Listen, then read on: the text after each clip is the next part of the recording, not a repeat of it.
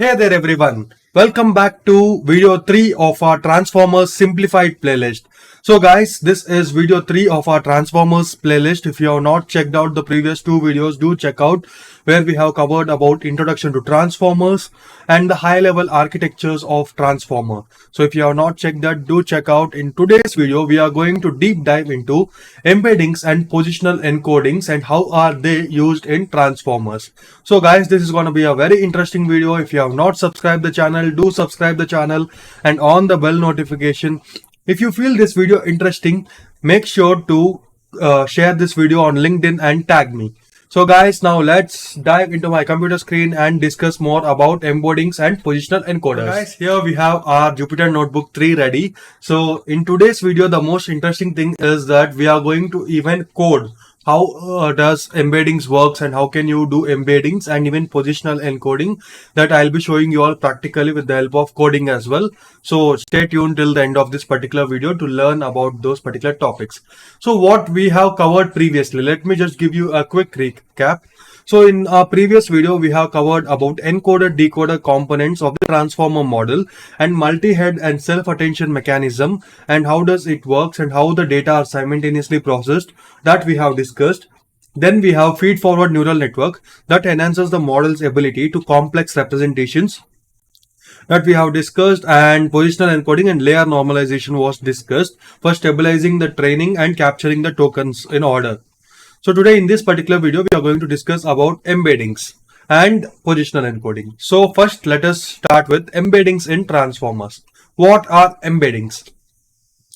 Embeddings are dense vector representations of tokens, words or subwords that captures their semantic meaning. In the context of transformers, embeddings are crucial because they allow the model to understand the relationship between different tokens in a sequence.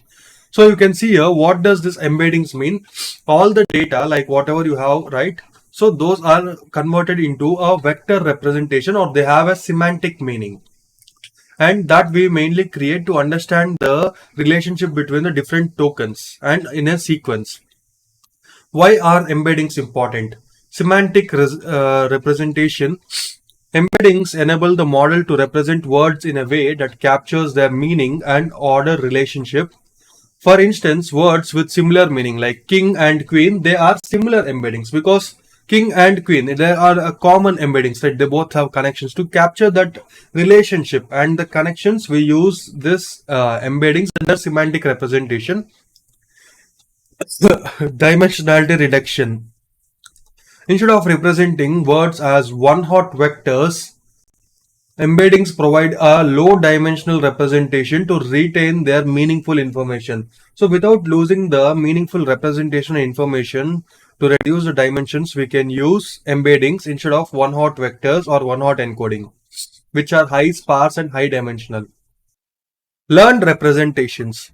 Embeddings are typically learned during the training of this model.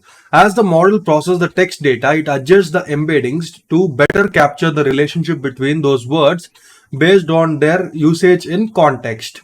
So how they works and what are their meanings and their representations that are easily captured by using this model training. So how are embeddings actually created? Now we are going to understand with a solid example here how are embeddings created. Input sentence. The cat sat on the mat. Okay. Tokenizer. First step is to your tokenization. You have to tokenize the words. The first step is to tokenize the input sentence, which involves breaking it down into smaller units called tokens. Tokens can be words, subwords, or even characters, depending on the tokenization strategy you're using. So there are different tokenization strategies, okay, in NLP. You can check out them. So which one you are going to use, that tokenization, it depends on, okay. So based on the tokenization, this is your input text. After tokenizing, the tokens will be like in a separate words now. The sentence are splitted or they breaks into a words. You all can see here, after tokenizing, the output is the cat sat on the ball. So it's completely different now. So it's broken into different words. Mapping tokens to unique identifiers. What happens here? Each token is assigned a unique identifier, that is indexes, based on its position in the vocabulary. So you can see a direct example. Let us go here. You can read this one to understand better. Assume we have the following vocabulary. The cat sat on the mat. So each of them have their own token. So you can see here 0, 1, 2, 3, 4, 5. So they have assigned. Token IDs are assigned here. The tokens can now be represented as 0, 1, 2, 3, 4, 5. Okay, in short. Now here you can see a token mapping. The cat sat on this and the token mapping. So after the token mapping, you can see here the output 0, 1, 2, 3, 4, 5. Creating the embedding matrix. What happens? An embedding matrix is created where each row corresponds to the token in the vocabulary and each column represents a dimension of this particular embedding space. The dimensions are typically much lower than the size of the vocabulary. Example 100 to 300 dimensions. So here for a particular dimension, each vocabulary, what we are going to do, we are going to create an embedding matrix. So we are going to create a matrix with those token IDs. You can see here. Suppose you have the following matrix. 0, you can see here 0, 1, 2, 3. It goes on like this. These are the matrix. Token ID and their input vectors, embedding vectors. Now the vectors are created. These are nothing but the mathematical cosine similarity based vectors, you can see. You don't need to confuse about this a lot. So you can see here input text and their vectors. So each token ID has now their vectors. So that particular sentence, the is this particular vector.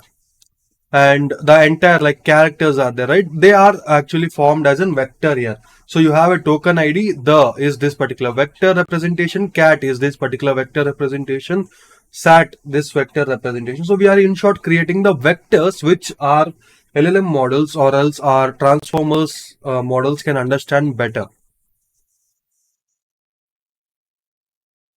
So if you see here, the first word and the fifth word represent same because they both are matching same, right? So you can see here, the and this the. So 0 and 4 actually it is 0, 1, 0.1, 0.2, 0.3. So it's not the fifth word, it's the fourth. It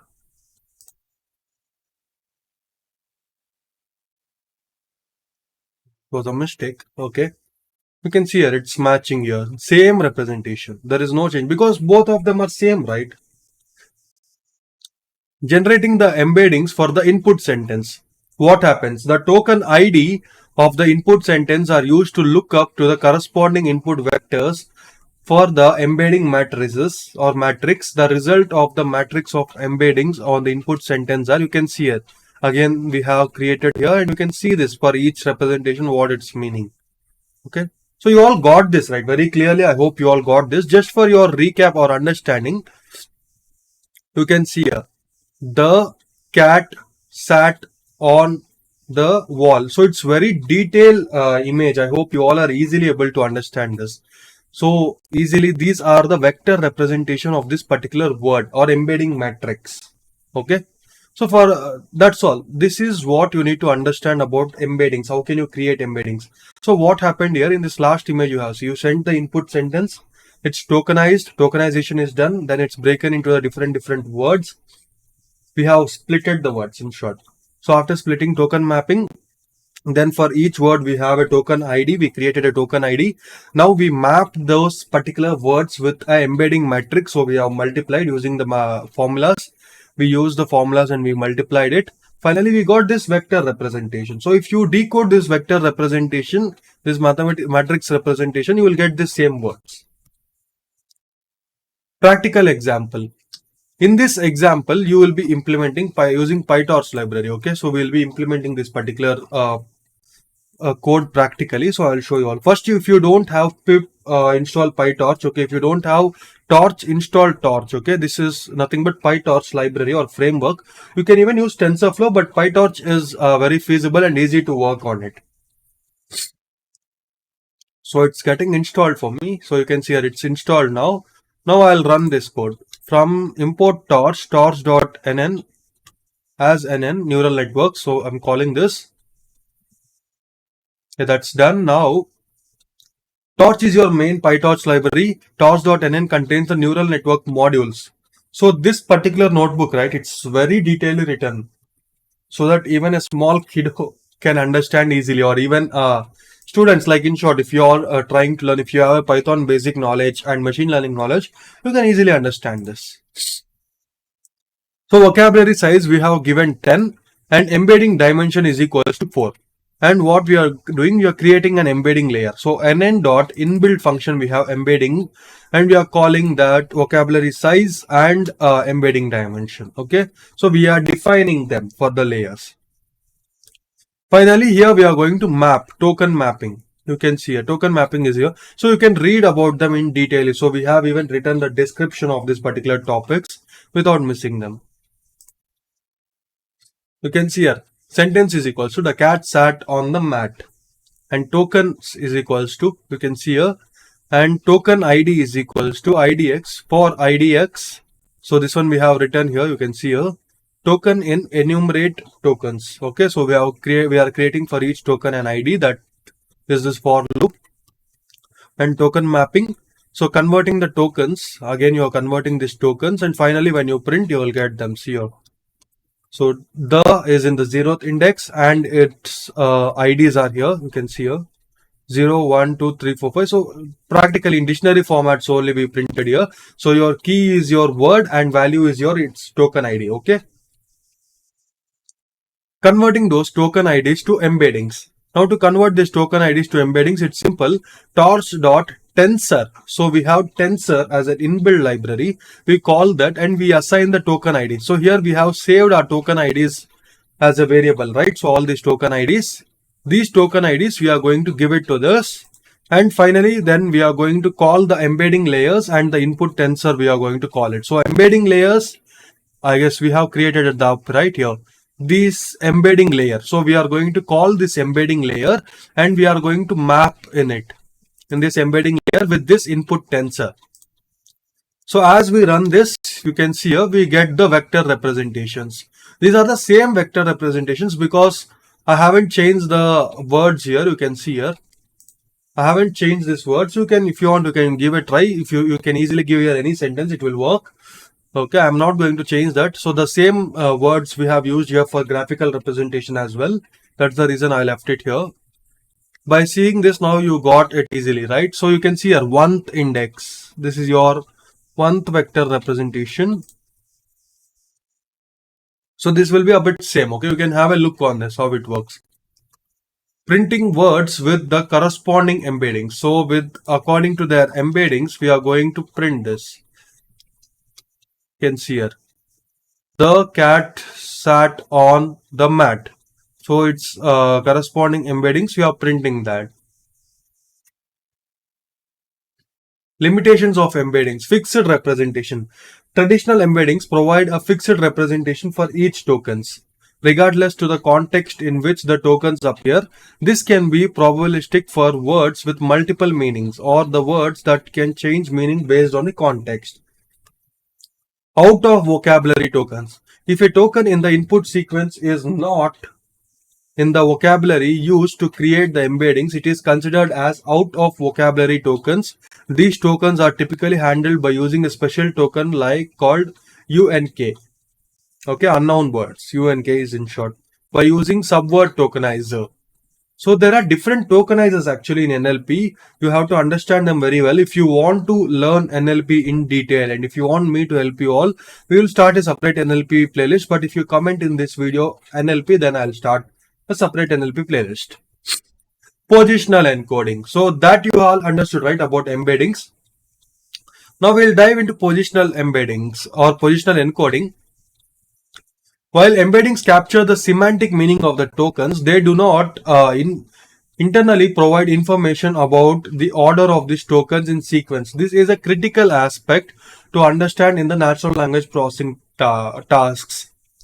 To address these limitations, transformers use positional encoding.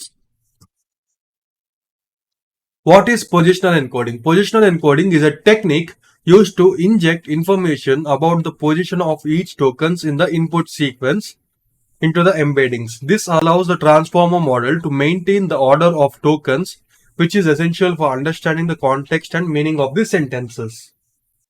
In short, why we use positional encoding? So whatever embeddings we have done, right, to maintain the order and the sequence and to understand the meaning of the sentence, we use positional encoding to embed them or to include with the embeddings. Why is positional encoding important? Order sensitivity. In natural language processing, the order of words significantly affect the meaning. For example, the cat chased the mouse has a different meaning than the mouse chased the cat. Positional encoding helps the model recognize and preserve their differences. So the English sentence is the cat chased mouse, and in French, if you get that the mouse chased cat, it doesn't make any sense, right? And it becomes incorrect. So the order matters or the sentence meaning matters. So to preserve that meaning, we mainly use positional encoding. Non-sequential processing. Unlike RNNs, which process tokens sequentially and internally captures orders, transformer process the entire sequence simultaneously. Positional encoding compensates for this by adding positional information of this token embeddings. So in RNNs, what it happens, the positions one after another word and it understands, but it takes more time. But here, entire data is processed parallelly, and also positional encoding coordinates with the transformers architecture, in short, and it is internally integrated, right? So it will, in short, what it will do, it will coordinate with those particular words and it preserves the meaning of that. Contextual understanding. By incorporating positional information, transformers can better understand the relationship between tokens based on their positions, leading to improved performance in tasks like translation, summarization, and question answering. So all these models which you are working on, ChatGPT is wherever you are going to ask the question, right? There also positional encoding works. So whatever question you are giving, it understands the meaning, then finally generates the output. So the output also sentence, if you observe, it maintains a proper order. How does positional encoding work? Positional encodings are added to the input embeddings to provide information about the positions of each tokens in sequence. The encoding is typically generated using sine and cosine functions or their functionalities. You can see here for POS, positional encoding, you can see here the formula sine of POS by 10,000 2i/d model. PE, positional encoding for cos theta, you can say here. This formula I have explained previously also, right? The same formula. POS is the position of the token in the sequence starting from 0. I is the dimension of the embeddings and D is the model, total dimension of the embedding. So let us see practically how does this work. For positional encoding, right, we need to practically write a function here, def function, sequence length and D model we have defined here, and positional encoding is equal to torch.zeros. In torch you have the inbuilt function called zeros, sequence length and D model. So POS is equals to, now we are calculating it, this is unsqueeze 1, and torch.arrange, we have inbuilt, many of the inbuilt functions are available, so we are using that only. Positions is equal to torch.arrange, sequence underscore length, day type is equal to torch.float, so we are going to use float type, and dot unsqueeze 1, okay, and derived term is equal to torch.exponential of tens torch.arrange 0 d model comma 2 float, and formula torch.log torch.tensor 10,000 divided by D model. So D model is nothing but your 2, right? This same formula we are calling here in coding, okay? And finally, we are integrating it. Torch.sine and torch.cos, we have them inbuilt. So when we run this, we get this function ready. So then we are going to call this here. Sequence length is equals to length of tokens. D model is equals to embedding dimensions. Positional encoding generate positional encodings. So we are randomly generating the positional encoding for sequence and D model, and this is the positional encoding for it. adding the positional encoding to input embeddings. So once we run this, you get that embeddings plus positional encoding. So what we have embeddings, right, which we previously did, that plus your positional encoding, we are concatenating it, and finally we are printing the encoded embedding. So this is our encoded embeddings. So this is with positional encoding.